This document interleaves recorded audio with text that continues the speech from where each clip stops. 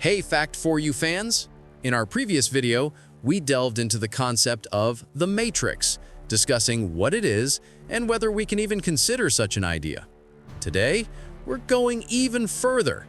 Get ready for an even more fascinating dive as we examine 5 astonishing proofs, or rather intriguing observations, that make some scientists and philosophers seriously wonder, what if we really are living in a simulation?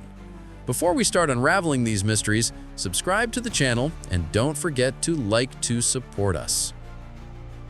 One of the strongest arguments that might hint at a simulation is the so-called fine-tuning of the universe. Physical constants such as the gravitational constant, the mass of an electron, the speed of light, all have incredibly precise values. If any of them were even slightly different, the universe would be completely different. Stars wouldn't form, atoms wouldn't be stable, life would be impossible.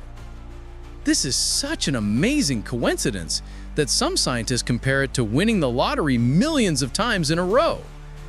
In the context of a simulation, this can be interpreted as programmed parameters that were set to create a universe favorable for the development of consciousness.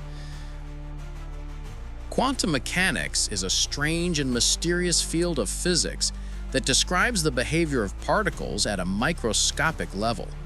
One of its most astonishing aspects is that particles seem to have no definite state until they are observed. They exist in a state of superposition, and only the act of observation fixes their state.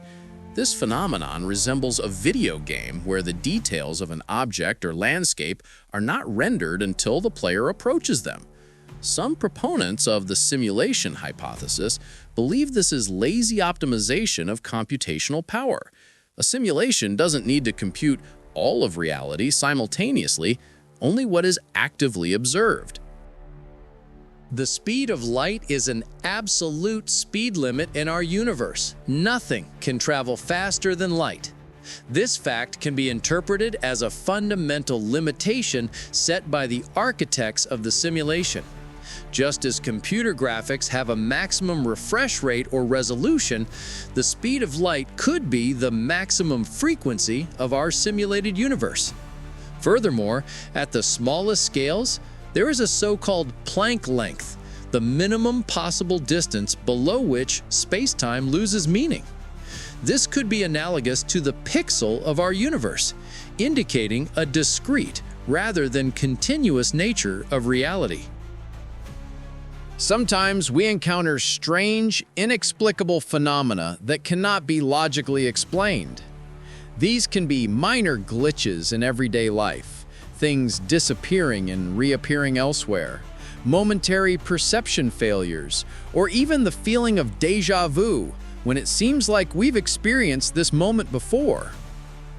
For those who consider the simulation hypothesis, such phenomena can be interpreted as bugs or system reboots. Déjà vu, for example, could be the result of loading a previous memory state or a short loop in the simulation.